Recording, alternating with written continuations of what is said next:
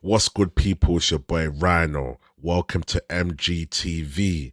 This is Let's Talk United, where we literally talk about all Manchester United news. Today, we're going to be talking about Ten Hag's press conference, and I'm going to be doing a little reaction. I've taken down my notes, and we're literally going to go through it together, and I'm going to give my thoughts. I've got my notes here. So yeah, first he was asked basically about the fact that we need a striker. Um and he was asked how important it is and stuff like that. And he basically said they're gonna do everything in their power to make sure they find the right target. It's an obvious area that needs improvement, but they'll put in every effort. And yeah, to me, that seems like a very straightforward answer, you know. He has to say that obviously for him, he literally lays down the targets that he has, and it's on the club to, you know, do the due diligence and get the players in. So he doesn't have the power to decide if the players come in or not. Maybe, yeah, he could do a bit of convincing and talking to players and whatnot, but other than that, yeah, he just has to rely on the club to do their job as well. And whatever effort he can add on to help, then so be it. Then he was asked about Bruno when he decided that Bruno would be the captain. He said in the summer.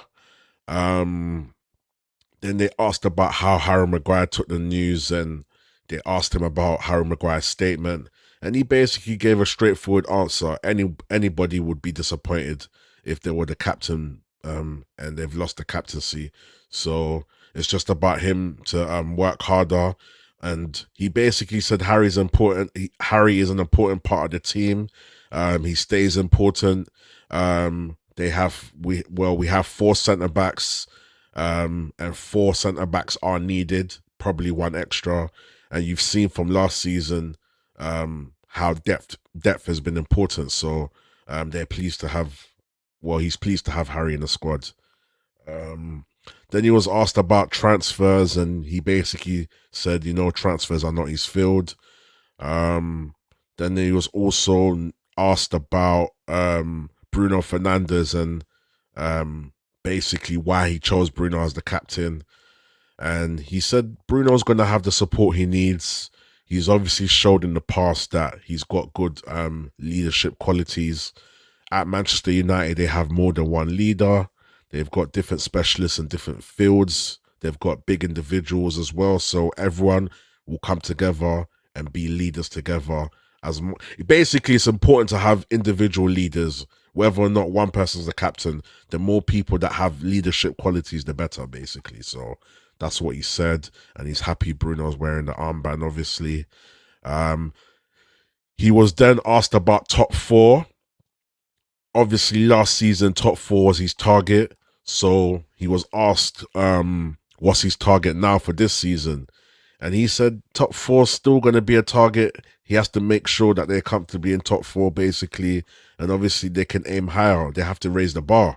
So to be on top, they need to be more consistent with wins. And if they want to play at the high level, they need to make sure that they are. I can't remember the word he used because I took rough notes, but just make sure they're clinical. I know he mentioned clinical somewhere, and he said that we have shown we can beat any club. So it's just about us being basically on point, raising the bar, and making sure we can aim higher than last year and do better.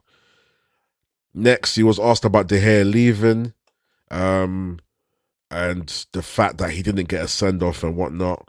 Ten Hag said, "Listen, De Gea is a huge contribution." He mentioned about his clean sheets.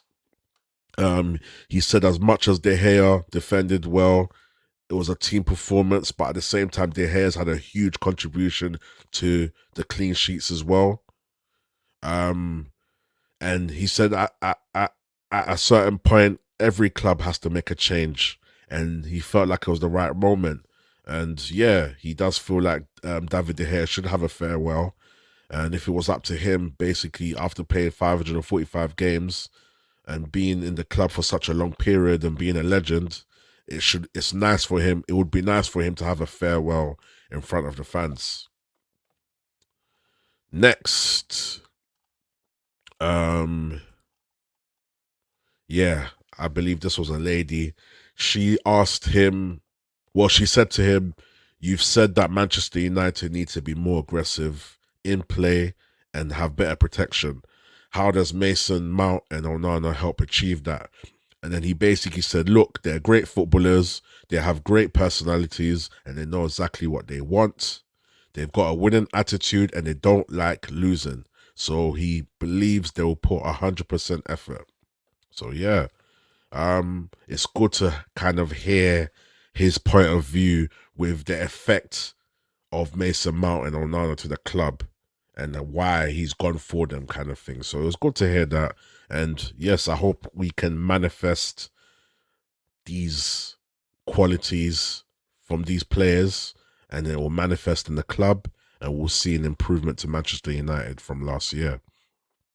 Then he was asked about his comment where he said eras come to an end. I found this very interesting, man, because the guy asked him, "Look, you said eras come to an end, but look, basically Man City have won the treble, so what are you saying, basically?" And he said, "Look, I didn't say a specific time frame that, okay, the era is going to come to an end now or tomorrow or when." He basically said that eras will always eventually come to an end. So whether it's 5 years, 10 years, after a long period, eras do come to an end. Next, then he was asked about if there's any deputy to Bruno, basically if there's any vice captain. And he said, look, they'll decide. As he said earlier, Bruno's not on his own and he'll have the support of the team. But when that time comes, they will see. And the next question was about Onana. I liked this question as well. He was basically asked, the guy said, look, I'm from Cameroon. I mean, he said Onana's from Cameroon, and the guy asking the question was from Ghana. Big up Ghana, that's where I'm from. So obviously Africa's proud of Onana. So what qualities does Ten Hag think Onana will bring? And yeah, I liked this response. Ten Hag said, look, he's got a great personality, first of all. He's a good goalkeeper and he keeps the goal clean. And he lacks the fact that he keeps togetherness with the team and he's organized. And he was basically saying organization is a big part of being a goalkeeper and being part of a player as well. But a goalkeeper needs to be able to orchestrate the back four and keep everything together and keep everyone organized. And he thinks that this will be a good quality that Onana will bring to the squad.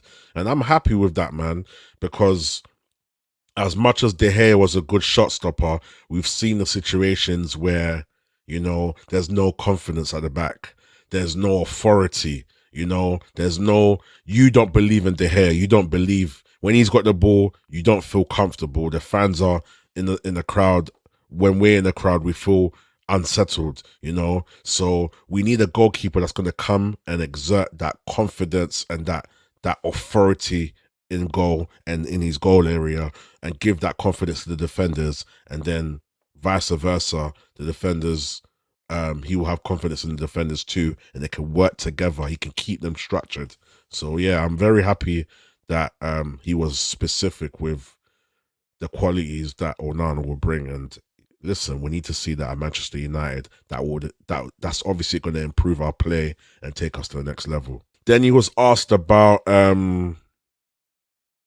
how serious he's taking these matches, and that's funny because I just did a video on preseason hype and hypocrisy, so make sure you watch that. I'll put a link at the end of this video so that you can click on it. But yeah, he was asked, how serious are you taking these matches for preseason?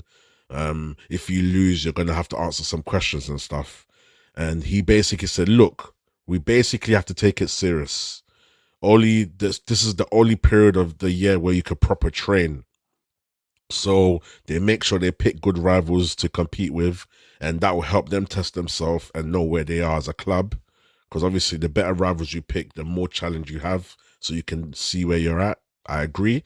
The main objective of preseason is to work with the way of play, because you want to raise the bar. And he basically said preseason, the most important thing about preseason is working on your way of play. And next, it was about Maguire. Yeah, someone said, okay, earlier on you mentioned that it can work out better for Maguire, the fact he's not the captain. What way do you think? And then he said, look, have Maguire having less responsibility because he's no more the captain, you know, that'll give you, that gives a perspective. And basically it will allow him to focus on himself without having to worry about other people and work on his game. He said we need more than 11 players so that there's competition all around. So he's basically saying we need 11 plus we need another 11 where everyone can compete. So Luke Shaw can compete with someone, Martinez can compete with someone, and so on. So when there's competition, it keeps everyone at a raised level of their game, basically. So yeah, it's basically so Maguire can now focus on his role, and centre backs have to also communicate and be organised, and you have to perform. Then he was asked, "What was your exact conversation?" I know you're not going to say it, but what was the general gist of your conversation? Was it a thing where you asked him to stay, or was it a thing where you've said to him, if you want to stay, you can, but I understand you might want to go, kind of thing? And then Ten Hag basically closed it down and said, look, the conversation was just about captaincy. You know, you are one of 4 centre backs and you have to fight for your place.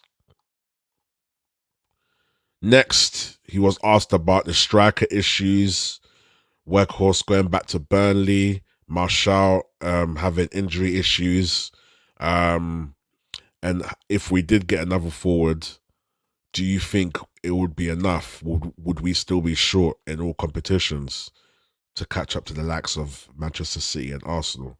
And I believe that was Adam that asked that question, if I got his voice right. Big up Adam from United Stand. Then Ten Hag said, look, we proved last season we could be very successful. We didn't have too many strikers, but we still showed that we could be successful. We do expect more from the front attackers, but like I said, we have to raise the bar. We expect more goals from them and obviously the rest of the team. Then he was asked about Andre Onana again. There was quite a few questions relating to Andre Onana, which I was quite intrigued with hearing his responses. But he basically said, look, no, the person asking the question said, Andre was sent home from the World Cup, and at Ajax, when you were the coach, his time ended sourly. The way he plays is brave. Is he a gamble in terms of the way his personality is? And look, Ten Hag said, look, his personality, he is a personality, yes, but he's a winner. I've always worked good with him. Love that. We achieve a lot together. We've got trophies as well, so I'm convinced we will do that again. There's a obviously this is a challenge for him. It's a better club, better competition, and the demands are higher and the expectations are higher. There's more fans, but he knows that Onana will be up for the challenge, and Onana always wants the best. Love that, you know. Then another question was asked on that. Being a keeper at United can be a graveyard shift, and it's not easy to handle. Are you sure? Basically, Onana can handle it. He said, yes. Like I said, he will rise to the occasion, and he lacks a challenge. Love that. So now going towards the end, there's a few questions left. But so far, yeah, I like the questions. I like the fact that you know, he's given straight answers, and Ten Hag's not going to bash any player. So anyone talking about, oh, why is he not speaking about Maguire? Why is he acting like he likes Maguire and whatnot? The whole point of this is that, you know, players still have to fight. You have to, with Ten Hag, you have to look at the key details of what he says. He's obviously saying that, look, players have to fight for their position. You know, that's the main thing he's saying. When he says he's happy for him to be in the squad, he's not directly saying he loves Maguire, he's the best player. He's just happy to have depth. It doesn't necessarily mean that he wants Maguire to stay in the club. And that's what I personally think. So, you know, when Maguire's, when he's saying that when he's saying certain things that kind of indicate that he loves Maguire, Maguire's staying, I think we have to take it with a pinch of salt, to be honest. So where are we? So yeah, he was talking about Onana liking a challenge. Then he was like, look, we know Manchester United always want the best players, and it's clear that you guys need a top striker. So why isn't the club doing everything they can to get someone like Harry Kane, who is on the final year of his contract and is looking like he's going to leave? Then Ten Hag shut that down. He said, look, I don't talk about players who are under another club. I love when Ten Hag does that. When he doesn't want to answer the question, more time, if a player is not signed to us or even just linked to us, he's still going to say, look, I don't talk about players that are not contracted under Manchester United.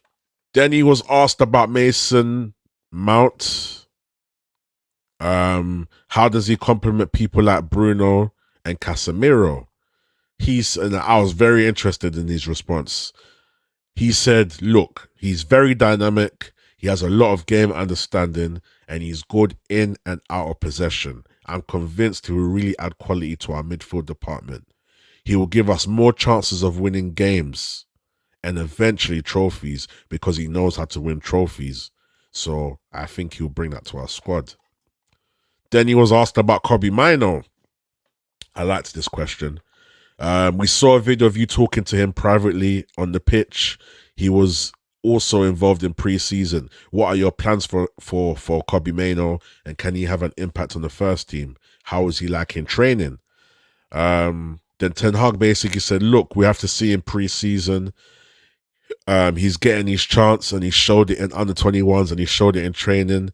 He showed that he can play to a high level. So now it's just about what he does in pre-season, basically.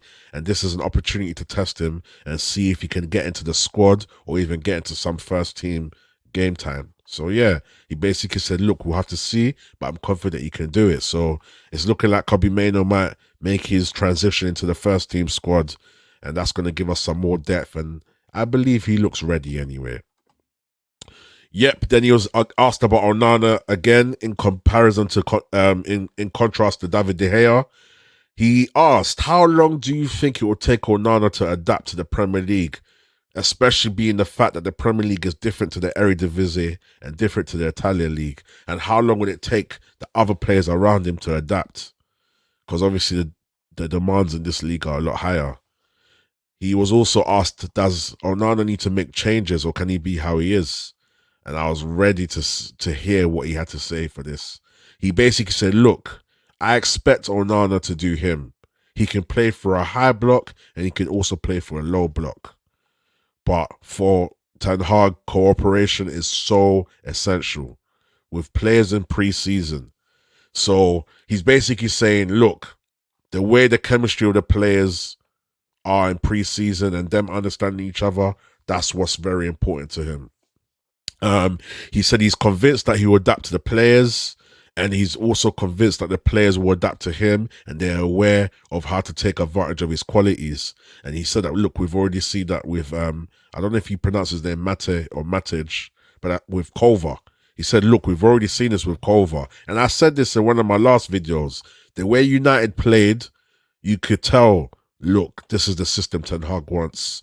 KOVAR looked like he was very good on his feet, and the defenders, Martinez and Varane and Wan-Bissaka, they were putting themselves in good positions to make sure that KOVAR had good options to pass, and they were kind of quite deep to him, and some of them were a bit up, so he had loads of options, and they were playing well, like they had confidence in him. You know, they were passing it back to him, he was passing it back, they were running into pockets. I liked it, so that already shows me how play is going to be under Onana. So Ten Hag has really made that clear, and I'm happy that I brought this up as well, because I noticed this as well, that I'm seeing a difference with how we're playing from the back, and that KOVAR guy is quite good on his feet. So he basically said, look, my players are adapting to the situation already, and they're taking advantage from it. Last few questions. So yeah, I was happy with that response, and I was happy that he made that clear. It shows that he's already implemented something. Then he was asked about his plans for Rashford. The person asked, the person said, we've seen him play left, we've seen him play central. I think this was KG that asked this question, or was it Flex? But big up to the United View massive as well. So yeah, we've seen him play central, we've seen him play left. Do you have a desired position? Do you already know your desired position for him next season? And can you see him up front with Garnacho on the left? And look, Ten Hag said, look, both positions are there. It just depends on many circumstances where he will play. So obviously it depends on the opposition and all of that stuff. He can play good in both positions, and he's really efficient in both. That's it. So depending on the game plan will depend on where Marcus Rashford plays. Then he was asked about Mason Greenwood. Have you been in touch? What are your thoughts, basically? He said, look, it's a club decision. I do have my opinions, but it's a club decision and people have to accept that. He was asked, look, would you want to keep him? He said, look, I've said what I've said already. It's a club decision. Last question was on the ownership. Basically, obviously, United are in America, so he was asked, look, do you plan to speak to the owners while you are here? You know, asked them about the ownership. It's been 8 months and nothing's moving. Then he said, look, that's also a club decision. I obviously do have contacts with them, informal contacts with them. But yes, this could be a good opportunity to basically link up with them and share ideas with them. We can talk informal. I could give advice to them, but the decision is on the club. So that's it, people, man. That's the Ten Hag press conference reaction. With Ten Hag, I think you have to be you have to keep an eye to specific parts of what he says. So when he's talking about I love Maguire and whatever, yes, he's gonna show love to people whether he wants them or not, but that doesn't necessarily mean he's keeping them. You have to pay attention to certain details of what he says. You know, we already know that he doesn't bash players. You know, we already know that there's certain parts of what he says that you have to pick out once you understand how he thinks. So when he's talking about Rashford and Garnacho, that's quite accurate. When he talks about what ONANA and Mason Mount can bring and KOBBIE MAINOO, you know, that's quite accurate. When he's talking about whether players are staying or not, he doesn't always keep it 100%. Like, he doesn't give you the information like, yes, I want the player to go, or yes, he needs to stay. He will just tell you he likes the player, and he will kind of give you like a generic answer. But yeah, pretty much I enjoyed the press conference. I enjoyed the answers he gave. Pretty insightful bits of information he gave in terms of the fact that we need a striker as well, and the club and him are working very hard, so that's good to know. And hopefully they bring in someone like Højlund. Just heard he's had a bid from PSG, so quite worried about that, but I'm confident that he'll come to United still. But I'm going to look into that news, and I'll do a video on that shortly. And yeah, that's pretty much it, man. What do you guys think? Have you guys watched the interview? Are you just watching it through me and just trying to find the highlights of what was said? What are your opinions, man? Leave a comment below. Let me know your opinions. Do you agree? Do you disagree on certain things that Ten Hag said? Are you excited? Will ONANA start tomorrow? Hopefully we see his debut. I've already seen pictures of him training with the squad. He's with the squad. He's out there, man. So that's good. But yeah, people, let me know your thoughts in the comments. Be sure to like the video. Make sure you subscribe with post notifications on. It's your boy Rhino. Thank you for watching. I'm out. Peace. Hey, I swear firms and rents pattern this.